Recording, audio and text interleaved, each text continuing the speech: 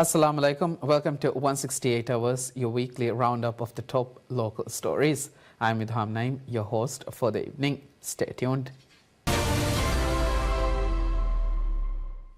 President Dr. Mohammad Muiz meets with the outgoing Chancellor of the Islamic University of Maldives, IUM, Dr. Mohammad Zahir Hussain, expressing profound appreciation for his decades of distinguished service to the nation and his enduring contributions to the education landscape of the country.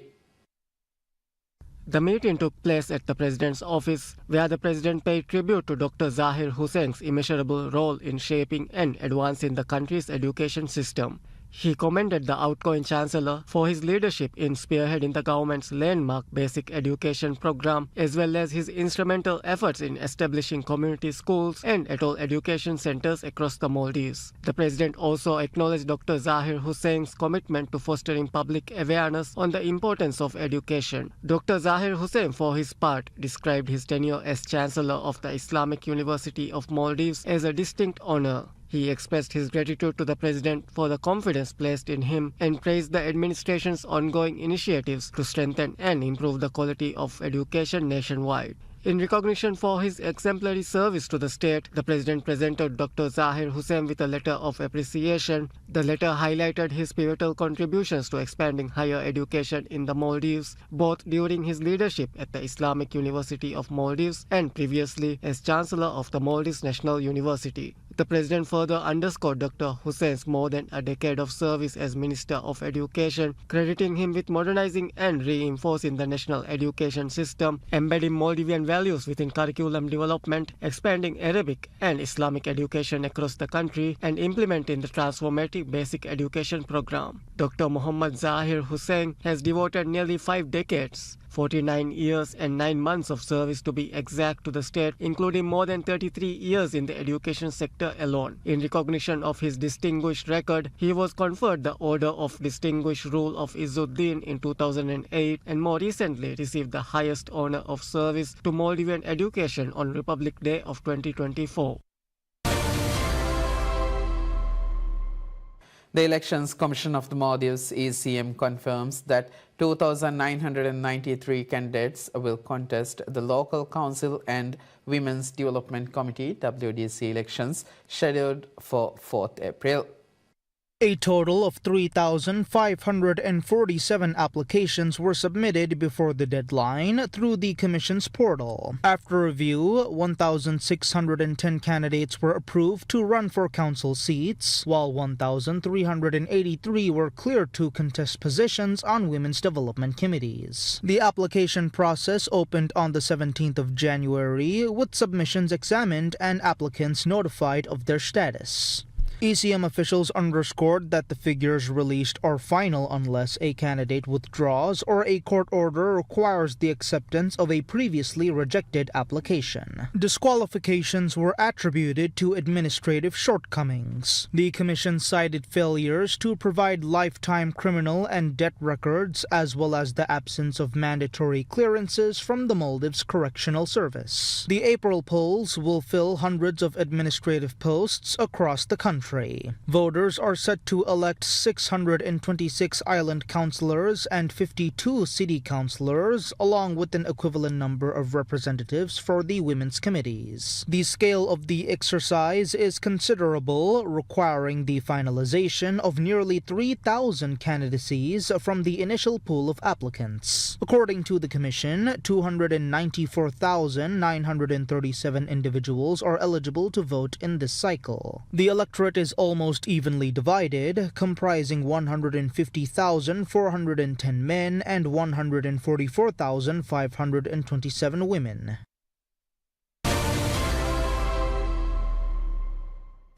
Minister of Higher Education, Labour and Skills Development Dr. Ali Haidar Ahmad says the newly launched Higher Education Management System, KURI, will improve access to scholarships and loans, reduce delays and help address financial challenges faced by students as part of the Maldives 2.0 initiative. The minister made the remarks while speaking at the launch of the Higher Education Management System introduced to digitize and strengthen services provided by the ministry Dr. Ali Haider Ahmad said the government has long provided scholarships and education loans to support higher studies, but acknowledged that delays in decision-making and weaknesses in existing systems had caused difficulties for students and parents. He said administrative inefficiencies had, in some cases, disrupted students' education and access to financial support. He said the new digital system will play a key role in addressing the financial challenges faced by students by improving efficiency, transparency, and access to services. He noted that the new system will accelerate service delivery under the Maldives 2.0 initiative, which aims to digitize public institutions, improve governance, and strengthen institutional operations. The minister described the system as a critical step towards improving the administration of the higher education sector, offering a streamlined and responsible platform for students, parents, and service providers. Dr. Ali Haider Ahmad said the government's overarching goal is to ensure that no student misses an educational opportunity due to administrative delays or financial constraints, expressing confidence that the new system will help students build a stronger future.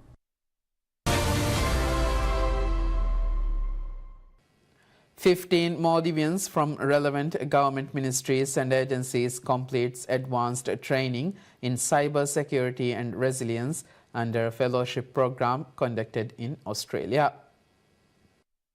The participants returned to the Maldives after completing the Cyber Security and Resilience Fellowship program held in Australia from the 19th of January to February the 3rd. The program was delivered in partnership with Edith Cowan University ECU and the Office of the Prime Minister of Australia. All costs of the fellowship were funded under Australia Awards 2026 by the Australian Department of Foreign Affairs and Trade, DFAT. National Security Advisor Ibrahim Latif participated as a keynote speaker at the opening ceremony, which was attended by the Vice Chancellor of ECU and a senior DFAT official. Chris Dawson, Governor of Western Australia, also hosted a reception for the fellows on the 22nd of January. During the program, participants gained practical knowledge and experience in advanced cyber governance, digital risk management, incident response coordination, and resilience planning. A tabletop exercise was also conducted to simulate responses in potential cyber security. The fellowship is an important step in advancing the national digitalization agenda under President Dr. Mohamed Muiz's Maldives 2.0 vision. The program is expected to further strengthen national capacity by enhancing the skills and expertise of cybersecurity professionals across the country.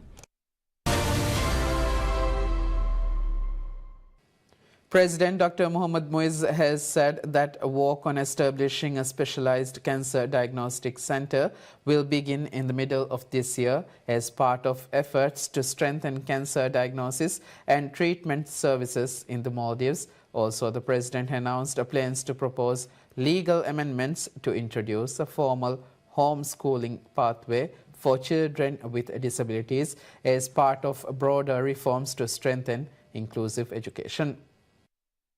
Delivering his presidential statement to the parliament, the president outlined the government's health sector plans, noting that the center will include a dedicated radiation chamber, which is a cancer treatment service currently unavailable in the country. President Muiz also reiterated that land has already been allocated in Hulumale for the development of a dedicated cancer hospital as part of longer-term plans to expand specialized healthcare services. Furthermore, on education, President Muiz outlined ongoing and planned initiatives aimed at improving access to education for children with disabilities. He said the proposed amendments would allow homeschooling based on assessments of a child's level of disability or mental condition in line with established regulations. The president said special classrooms, accessible toilets, and tailored educational support facilities will be provided to ensure privacy and dignity for students with disabilities. He also assured that schools currently lacking essential learning equipment, devices, and resources will be fully equipped this year. Additional measures include the development of specialized textbooks for children with disabilities and targeted programs to prepare them for O-level examinations in ways suited to their individual needs. President Muiz also announced that starting next month, parents of children with disabilities working in the civil service will be allowed to switch to work from home arrangements. He further said teacher training programs focused on educating children with disabilities will be expanded. The president also announced plans to establish a digitalized education management system this year to support real-time, data-driven decision-making, alongside continued work to strengthen digital infrastructure and resources in schools nationwide. On infrastructure development, the president said that by last year, 142 classrooms, 9 multipurpose halls, and 56 education support facilities such as science laboratories, staff rooms, and libraries have been completed. For the current academic year, a further 16 rooms, 7 multipurpose halls, and 250 education support facilities have been completed. Construction is currently underway on 955 classrooms, 78 multipurpose halls, and 2,923 education support facilities across the country. President Dr. Mohamed Moise announces that legal measures have been initiated to recover the relinquished area of the Special Economic Zone SEZ, stating that those responsible for the decision should be questioned and held legally accountable. Speaking delivering the presidential statement, the president said the area in question forms part of the country's national boundary, as evidenced by historical records. He said the government is taking steps to safeguard sovereignty and prevent further erosion of national territory. President Moise said that on 18 January 2026, the Maldivian state will submit a written objection to the United Kingdom's decision to transfer ownership of the territory to Mauritius. He added that the matter was also raised in a telephone discussion with UK's Deputy Prime Minister David Lammy in December last year. The president said he had instructed the Attorney General on 19 November 2023 to review decisions by ITLOS that led to the loss of a large area in the south. He added a 3-member committee was subsequently appointed, with its report submitted to the president on 22 January 2026. Based on the findings, a cabinet paper was prepared and submitted on 25 January 2026. He said the cabinet has since decided to act on the report and, on the advice of legal experts, has begun formal legal proceedings to recover the abandoned section of the SEZ. Addressing members of parliament, President Moise said correspondence sent in August 2022 had negatively affected the security of the country's sovereign territory. He noted that the affected maritime zone falls within areas defined under existing law based on established archipelagic base points. The president said a bill will be submitted to the parliament to amend the Maritime Zones of Maldives Act in line with the 6th Amendment to the Constitution. He also said experts have recommended establishing a dedicated office to determine territorial boundaries, base points, and maritime coordinates. President Moise said irreparable damage may have been caused, stressing that those responsible will be identified, causes examined, and legal action taken where necessary. He added that measures are being put in place to prevent similar incidents in the future. The president reaffirmed that the government will take all necessary steps to protect the country's independence and sovereignty.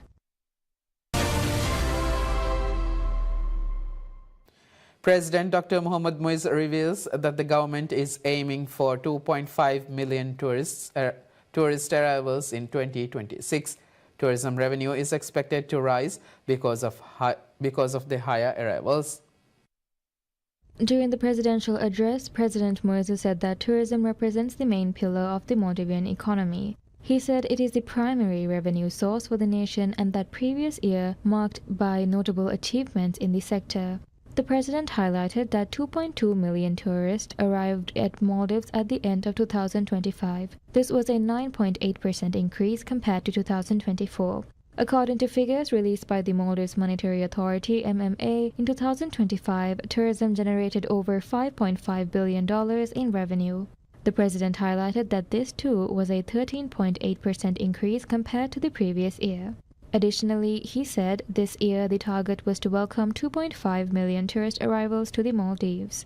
The president said that in 2023, not one resort or tourist hotel was inaugurated. Nevertheless, in the past 2 years, 6,535 tourist beds have been added. Additionally, in 2024, 4 resorts were opened, and in the preceding 2023, 3 resorts were opened. The president also revealed that an additional 7 resorts and guest houses will be inaugurated this year. The president also remarked that the government has proposed special incentives for investments for tourism development, especially in the 6 atolls where the sector is underdeveloped, with an emphasis on halal tourism.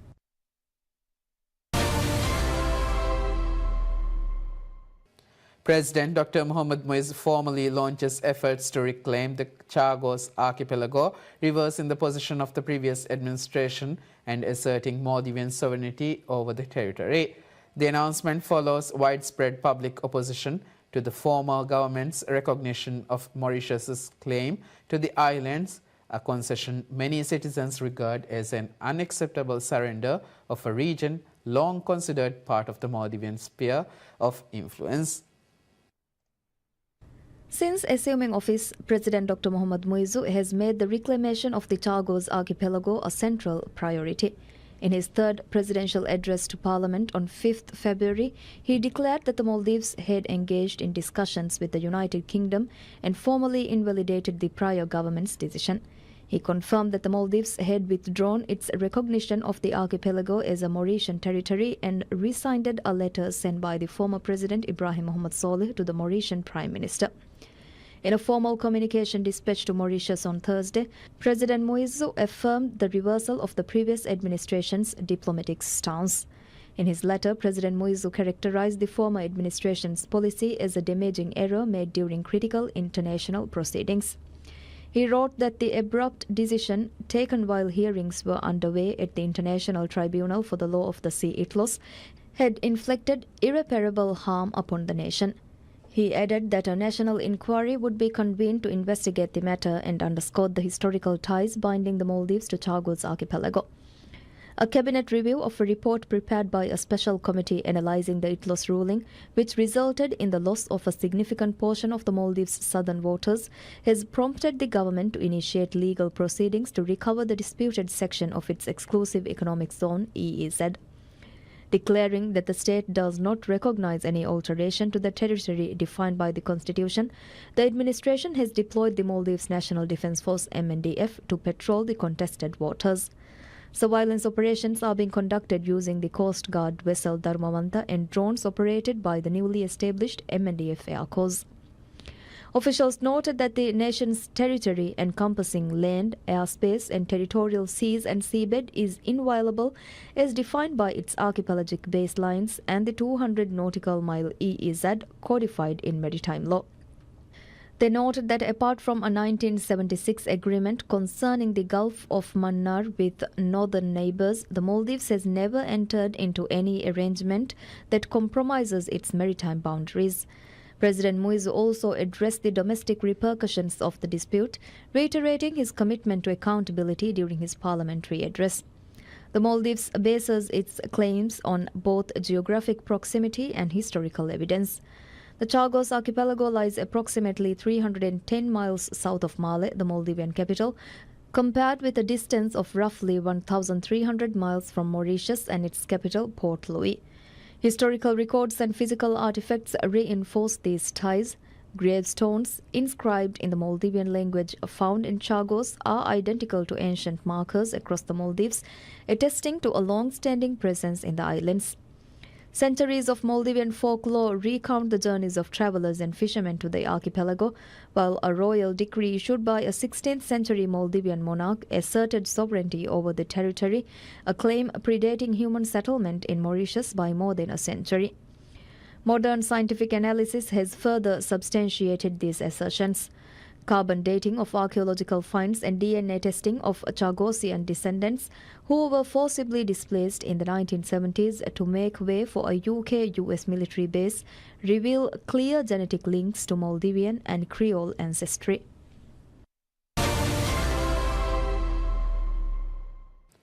Minister of Finance and Planning Musa Zamir reiterates that the government will refinance a USD 500 million sovereign sukuk due to mature in April, saying the bond will be rolled over based on state revenue and at a lower interest rate.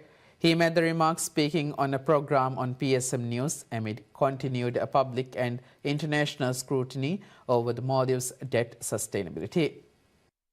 The sukuk, issued in 2021, has been a recurring point of criticism for the current administration. In his recent presidential address, President Dr. Mohamed Muizzu described the bond as a major source of fiscal strain, arguing that the previous government borrowed $500 million at an above market interest rates, primarily to refinance a smaller $250 million loan taken in 2017. He said the move significantly increased the country's debt burden. Concerns over the Maldives' debt position have also been raised by the International Monetary Fund, which warned in a November 2022 assessment that the country remained at high risk of debt distress. He said the current government is pursuing in a different fiscal approach. He stressed that unlike the previous refinancing, the Sukuk maturing in April will be refinanced at a lower interest rate and structured in line with government revenue. He said the administration has strengthened the country's financial buffers, noting that the Sovereign Development Fund (SDF) now holds more than $275 million, funds originally earmarked to settle the 2017 debt and now sufficient to do so.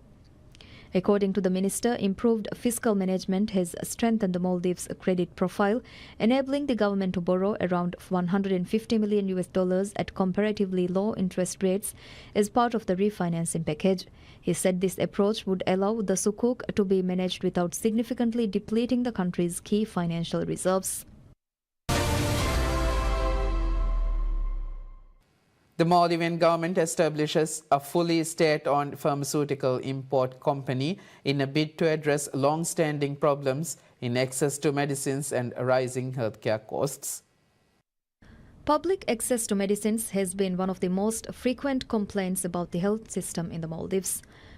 The government says the new company is intended to provide a systematic and sustainable solution, particularly for essential drugs that have been difficult to obtain. Many challenges in the health sector cannot be resolved at once and require a strong, trusted system built in cooperation with multiple stakeholders. Historically, medicine imports focused primarily on safety standards, with limited attention paid to broader system design and long-term efficiency. There were significant issues within Asanda, the National Health Insurance Scheme, that were not widely known to the public. These problems contributed to persistent concerns under successive governments about the rapid and unsustainable growth in Asanda's expenditure. While earlier administrations attempted to address the issue, the current government has taken more decisive steps. As part of the reform effort, the government has created State Pharmaceutical and Medical Supply Corporation Limited, a dedicated company responsible for importing medicines. All essential medicines previously brought in under the State Trading Organization (STO) have now been transferred to the new entity. The government is also working with neighboring countries on bulk procurement arrangements to reduce the cost of medicines, acknowledging that the Maldives' small population limits its bargaining power in international markets.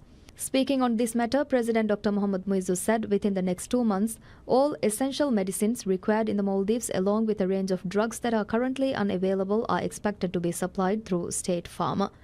State Pharma has so far replaced overseas orders for around 400 medicines that are difficult to obtain locally. The company is also establishing a dedicated call center to improve public access to information and services, and says it is working to ensure uninterrupted medicine supplies across atolls.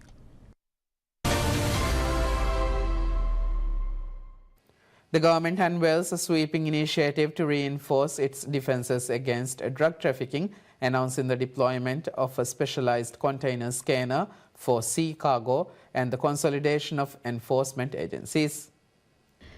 Minister of Homeland Security and Technology Ali Ihsan confirmed that the new scanning infrastructure will be operational within the year, part of a broader campaign to dismantle narcotics supply chains. Speaking on a program aired on PSM News, Minister Ihsan outlined the administration's dual strategy, which is curbing the trafficking of illicit substances while reducing domestic demand. Central to this plan is the unification of all counter-narcotics agencies under a single ministry, a directive issued by President Dr. Mohammad Muizzu to streamline operations and strengthen coordination. The introduction of the sea cargo scanner constitutes a significant enhancement in border surveillance. Minister Ihsan noted that while air cargo had previously been subject to random screening, the government has already instituted a system in which every package arriving by air is scanned. The arrival of the container scanner later this year will extend this comprehensive scrutiny to maritime shipments, closing a critical gap in the country's border security. Recent enforcement measures have yielded unprecedented results. Over the past 2 years, authorities intercepted narcotics and alcohol valued at $149.16 million. Minister Ihsan characterized this period as the most productive first 2 years of any administration compared with the previous 3 terms, projecting that the current year would deliver even stronger outcomes.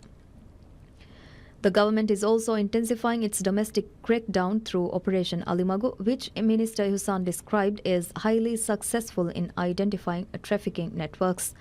The operation has already mapped illicit trade activities in Vilingiligafu Alifetol, Formula City and Addu City. Following the President's directive, authorities plan to expand the operation nationwide in the coming days. Attention is now turning to rehabilitation. The administration is upgrading the National Drug Agency's facilities and intends to liberalize the treatment sector this year. Minister Ihsan announced that arrangements will be made to allow private entities to provide treatment and rehabilitation services, ensuring that these centers operate in strict compliance with international standards. That's all for now. Thank you for watching 168 Hours.